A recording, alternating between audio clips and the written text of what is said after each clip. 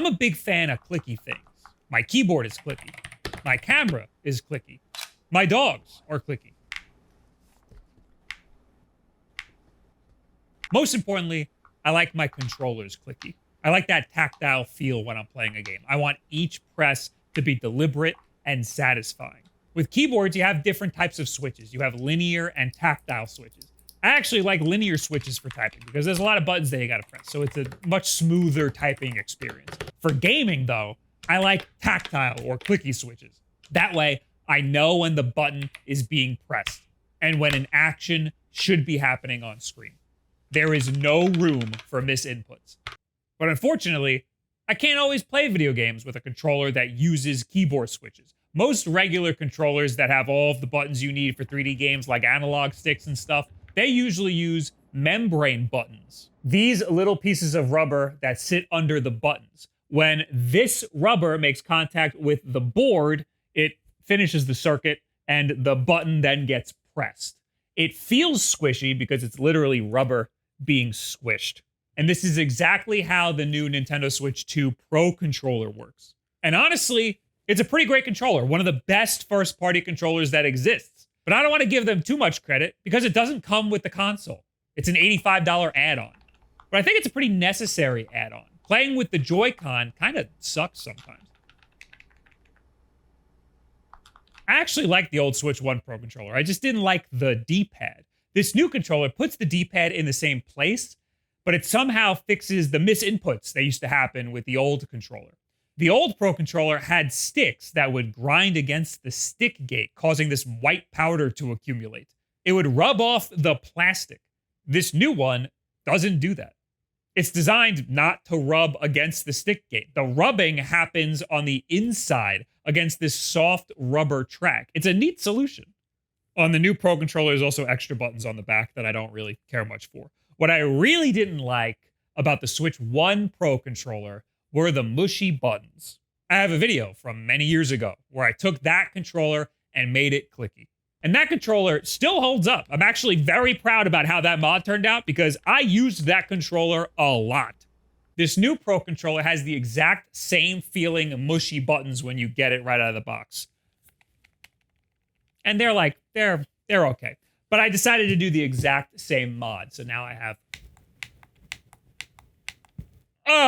I figured, I know a little bit more now than I used to, so this should be a lot easier. It was not at all. Nintendo really doesn't want you to mod this thing. What we did last time absolutely does not work the same now. Now should probably be the time to tell you that you should not open up your Pro Controller 2 unless you absolutely have to or are willing to just break it. It will never go back the same way again. It will never be like new because of the way that they made these things. That being said, Nintendo's Pro Controllers, the old one and the new one, are surprisingly very resilient, and you'll probably see what I mean in a few seconds. I spent a lot more time on this than I want to admit. I tried many different iterations of this. I tried to use all different types of button switches that I thought might be better than the ones that I used last time, but ultimately I ended up using the exact same ones because they felt the best. And they actually fit the best inside of this controller. So what you'll need for this is a screwdriver. Surprisingly, you only need a Phillips screwdriver for this. You'll use the same switches that I used last time. And believe it or not, we're going to use super glue. And it helps to have some tweezers. I'm not sure if this is going to hold as long as just soldering to the actual board, but I guess we'll see in time. This is also non-destructive. This super glue is kind of just like supercharged hot glue. It peels off. I glued it on and peeled it off many times because I kept screwing this up. Let's just get right into the controller. I'm sure you've seen all the videos of people complaining about how much of a pain in the ass it is to open up this new Pro controller. And they're right, but we're really not going all that deep, so it's really not that bad. The entire front plate is held on with adhesive. That kind of sucks. To get that off, don't pry around the faceplate like a savage like I've seen other people do. If you do that, you'll always have pry marks. Just pry around the corner where the shoulder button is. You can just rip it right off from there. This faceplate is never going to adhere the same way again because it's just held on by tape, but at least it'll look good cosmetically if you do it right. Next, there are 7 screws, and then these little stupid fucking plastic pieces on the sides here. These are a huge bitch to get out. There's no good strategy here. You just kind of have to pry them sideways. Sticking a screwdriver in the screw holes can help, but that also risks scraping some of the sides of the controller. So just be very careful. Once those are out, this plate pops right off from the top. I would recommend holding the controller upside down when you do this. That way, all of the buttons don't just fall out. Now the controller is open enough for us to get the mod done. And that's all the disassembly you need to do. See, honestly, not so bad. Take a look at this button board, though. It's made out of significantly different material than the old button board. I'm not sure what it is. The button contacts are like graphite or something. They're not copper. So soldering onto them just doesn't work. It literally melts the board. I even tried using solder paste, which I then learned requires a heat gun, which was also too hot and melted the board, even at the lowest possible temperature. I absolutely decimated this PCB. And yet, somehow, after a little bit of isopropyl alcohol and a little bit of rubbing, everything works just fine. That's amazing. It's back together now, and it still registers, and everything is totally fine. So this Pro controller now still works, but we cannot use it for this mod anymore because the contacts are just f***ed. So one Target pickup order later, and we're back in business. By the way, there's no sponsor in this video, so I'm going to leave Amazon affiliate links to everything that I use, like the buttons, like the Pro controller, even the little tweezers that I use, this super glue. And also, why don't you go over to wolfdenapparel.com, check out this shirt, buy a mug, buy a desk mat, or don't spend any money and just subscribe. That's good enough for me. Thanks. But this shirt is really nice. So soldering was completely out of the question. But that wasn't even my first idea. My first idea was using these little dome switches that stick on. This did not work at all. This was a mod from an Xbox One controller. They're supposed to just stick onto the PCB. But they didn't work for a lot of reasons that I don't feel like getting into. I tried everything, just trust me. The next thing I tried were these dome switches that came in the pack of the switches that I used years ago. These work, but they required a 3D printed spacer, and I just didn't love the way that they felt. They were clicky, but like the clickiness was a little too subtle of a difference for it to be worth all of this trouble. We needed something a lot more substantial. And that's why this video is probably late. Hopefully it's not, but it probably is. Luckily, this super glue that I'm using, this clear Gorilla Glue, is non-destructive. It just picks right up. It's like hot glue. You just peel it right up. It scrapes right off. It also seems to be non-conductive. So if you get it in the wrong place, it doesn't seem like it's going to make any difference with the connection of these pads. So I guess what I initially thought was a stupid idea wasn't a stupid idea after all. It's only stupid if it doesn't work. I said that once in a video, and there's a picture of me with that quote underneath it, hanging up in a deli somewhere in California. I can't be the only one to have ever said that.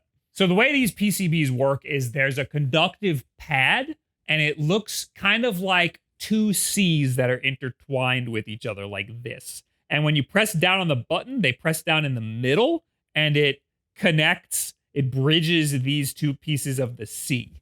You can even just test this with some metal tweezers.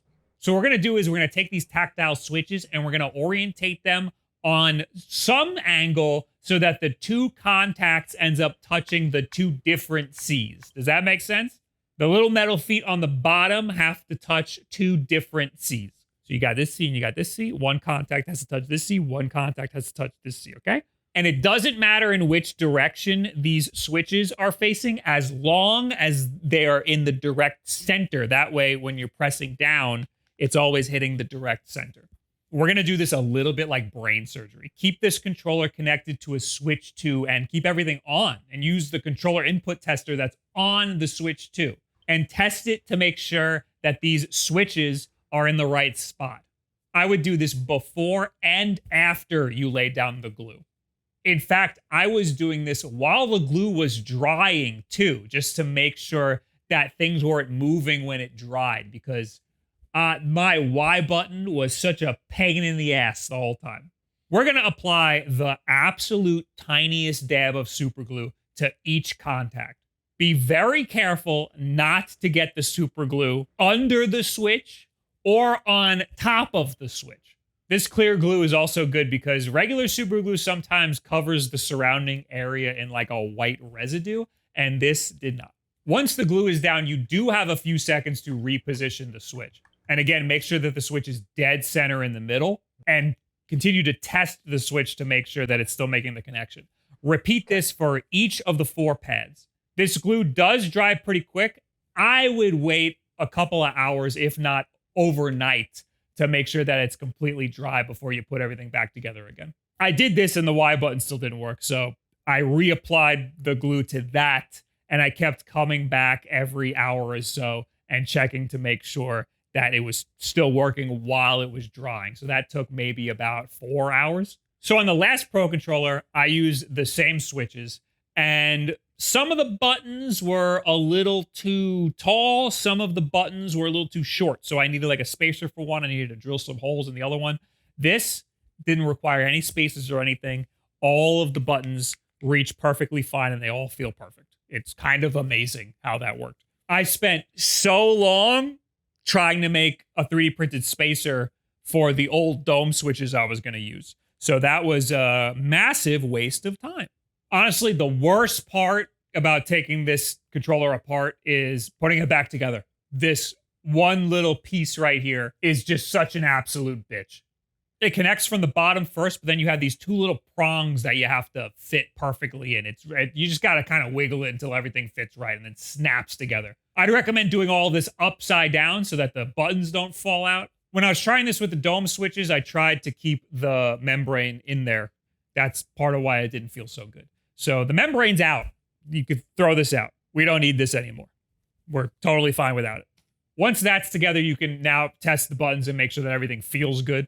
Then you got 3 screws, then the 2 little wing pieces that just slide in sideways, then the 4 screws on those. Then the faceplate just pops right back on top, and it should snap in the corners. You can put like just the slightest bit of double-sided Scotch tape on there if you're worried about it popping off again, but honestly, I wouldn't worry too much.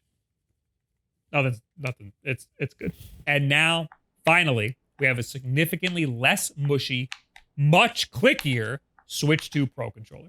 It does feel significantly better for me than the original, and honestly, it doesn't feel like it requires as much travel or as much force as the last mod that we did. This feels like perfectly fit for this controller. I remember the Switch 1 Pro Controller mod that I did. It took me a bit for everything to settle, for it to start feeling good. Right now, my Y button is still like not in a great spot.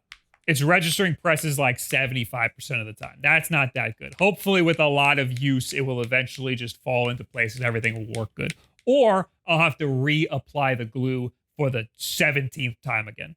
I do have a little bit of an idea. Maybe with a little bit of solder on the button switch, we can extend the surface area that it has and make that contact a little more substantial, and then glue on top of that. But I'm only going to do that if I absolutely have to. All the other buttons feel totally fine. I don't know how long this is going to last, because the last mod, we used actual solder right onto the board. That's going to last a really long time. That's metal on metal.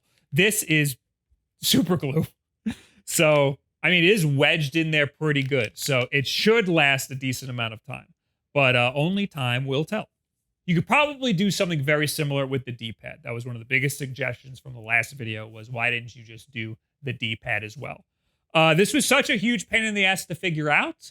I didn't want to do any more work. Also, if I'm playing a game that primarily uses the D-pad, I'm not going to use this controller. I'm going to use a different controller. But you could probably do something like this with the D-pad. Maybe use those dome switches that come in the pack. Not only does this feel better and sound better, it's more satisfying. It's easier to tell when an input is supposed to be happening on screen, but also there's way less travel.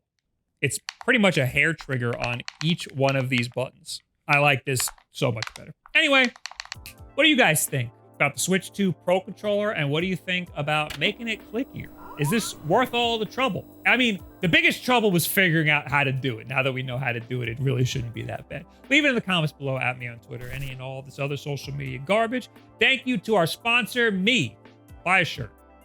I forgot to mention I'm going to be at Long Island Retro Game Expo on Sunday, August 10th from 12 to 1 in the main theater. We're doing a little podcast meetup thing.